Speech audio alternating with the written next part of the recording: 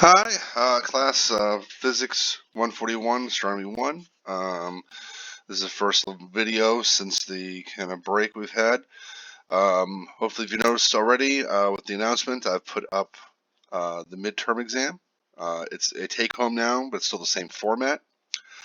First portion is multiple choice, and then the second portion, you're going to select 4 out of 6 questions to answer. And then just you can type your answers right into the Word document and upload it into the Dropbox. And that is due Monday of next week by midnight. So if you have any questions about that format, please let me know. With this video, I'm just introducing this week's lab. So we are doing solar system models, which is an introduction or a simulation that shows both the geocentric model that we had for Ptolemy, and then Copernicus's heliocentric model. And we talked about that within lecture the week before we did the properties of light. So this lab will kind of refresh your memory in terms of showing different configurations and the differences between the two models. So with that, again, like other labs we've had from the Nebraska website, the student guide is the instructions for the lab exercise. So you click on the link that's in Blackboard or just click it here. It'll bring up this PDF here. And what you'll need to do is go over the background information. So you're asked to look at the background information for the geocentric model. Look a little bit with that simulation, which is this one right here, as you can see here.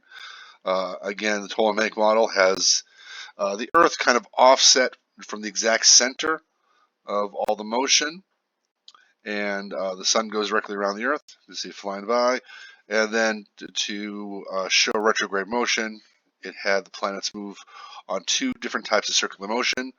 One's mostly centered on the Earth, that's the deferent, and then the epicycle is the smaller one as it goes around. With that, again, as we mentioned in class, Ptolemy was able to kind of replicate that kind of change in brightness in planets that's observed and their retrograde motion.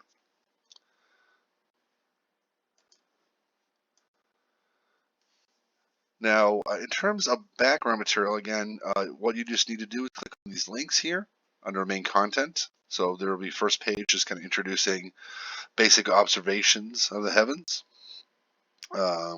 And again, the ancient Greeks knew the Earth was round based on observations of shadows on the Earth and kind of observations of ships coming in from the harbor or looking where the different stars are. We've discussed that. And then kind of their observations of the planets.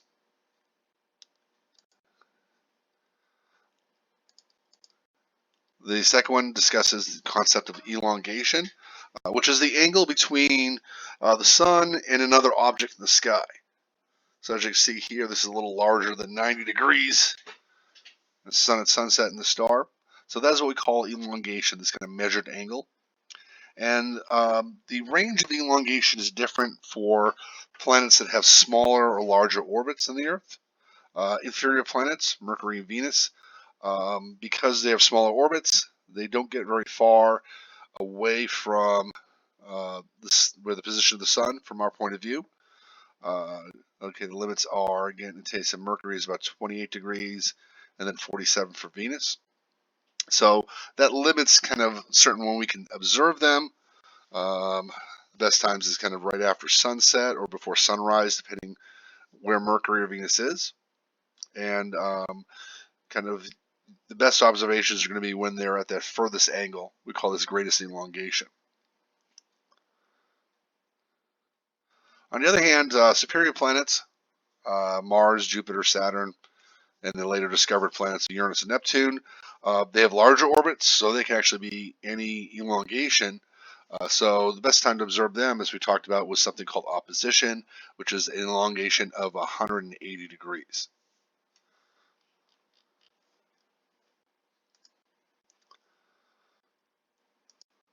So you can take a look at here. This describes, again, Ptolemaic model. But most of the questions deal with really the heliocentric. So you'll first answer this first question here. We go like in the heliocentric, and you might need to click on something to start this.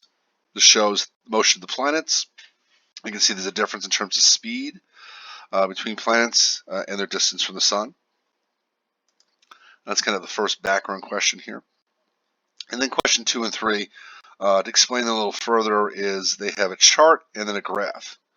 And what you'll need to do is, in the chart, for these 4 locations, you need to enter in the elongation, if there's a specific term name for it, and mark that location on the chart. So the first one is for a superior planet. C is already marked out here, so that's how you'd figure it out. What's the name of the position when the Earth is on the opposite side of the sun from the planet? And then what is that? I'm sorry, in the same direction as the sun. And that's kind of an elongation of 0. What do we call that? And likewise, the C is also indicated on the other one. This is for inferior planet. So to look for those guys, to answer that, you'll want to go onto the next main content page, which discusses kind of positions. So we have, again, greatest in eastern and greatest western elongation. That's the best time to see an inferior planet. And because they have the smaller orbit, the elongation is going to be 0 twice in its synodic period. And that's going to be inferior conjunction when the planet is between the sun and the Earth, and superior conjunction when it's on the opposite side of the sun. Of course, these are horrible times to try to observe them, but they're both 0. So like there's an animation here that's going to show that. So it's showing greatest elongation first, and then the inferior as it crosses that kind of sun-planet line. Now for superior planet, we've talked about conjunction and opposition there. So that's 0 degrees and 180 elongation. But beyond the textbook, this one also lists 2 other configurations. As you can see here, there's going to be a certain position where the planet is a 90-degree angle from the sun. So in that case, that can occur twice. One's eastern quadrature, and the other is western quadrature. And you see right here, just happened right at 90 there. So you can use that to help out and answer those questions here where you need the elongation value. And you'll want to include kind of east or west as well, but that's indicated in here. So you're just going to have to wait a little bit until it gets to that configuration. And that's it for the background questions. The remaining ones deal with using the main simulation. So it's going to be this planetary configuration simulator. Okay, and with this one, it has correctly the sun near the center or at the center of the solar system, the Earth, and then your planet. Now you can move things around, but the first one is the observer's planet, so you want to keep that on the Earth unless it tells you to move to a different planet. And then to change the target planet is what you want to change the setting. So if you're looking at Venus, this is the case here. Now you're allowed to run an animation, kind of see how long it takes. We also put an elongation angle if you like.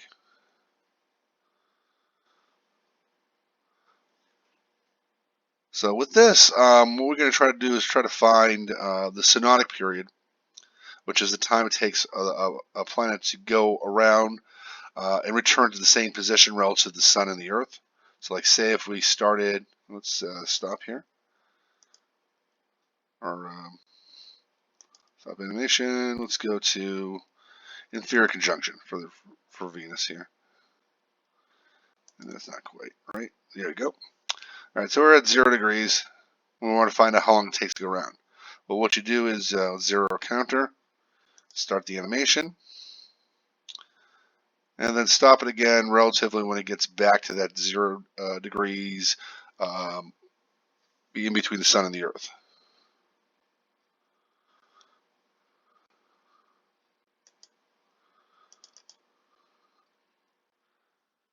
And if you're a little off, you can adjust that chart until I get it. And here we go. And we got The time it's taken, 208 days or so, or 1.57 years. Now, later on, you might be asked to find the the sidereal, which is the time for Venus to go all the way around the Sun, 360 degrees. There's an equation for that. Again, we've seen it before. It's kind of 1 over the synodic period is equal to the difference of the inverse of the sidereal minus the Earth's period, and you can use it either years or days. And then that reverses for superior planets. Now, I do have a calculator, so if you do go, let's head back if I can.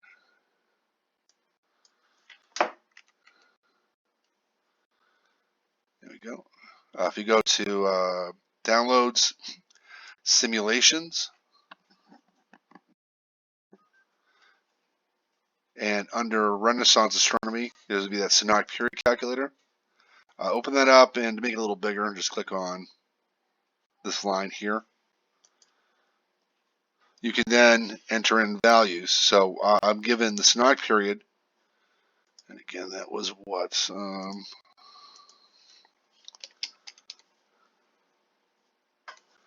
Make that interior.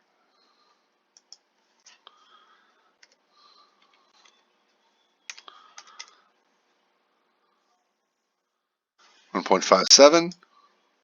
If that's correct, then its sidereal period would be 0.61. We can turn that to days if we like. 365.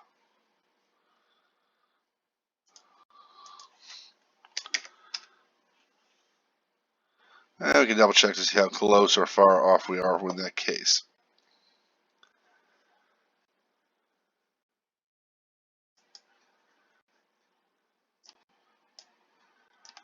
And now this also does allow you to slide back and forth as well on the chart. So hopefully that will be helpful for you as you go along and answer these questions. There are 16 total, but again, please follow the laboratory format so you can answer all these questions there. But on a separate sheet, please include an introduction, which describes the purpose of the lab. And in this case, we're looking at the heliocentric model, kind of seeing the difference between sidereal and synodic period and these different configurations, such as opposition or quadrature. 1 or 2 paragraphs for your introduction, and then finally have a conclusion. And hopefully the simulation will help you kind of understand a little bit more about kind of the heliocentric model versus the geocentric, and again, these kind of useful positions. If you have any questions, please let me know.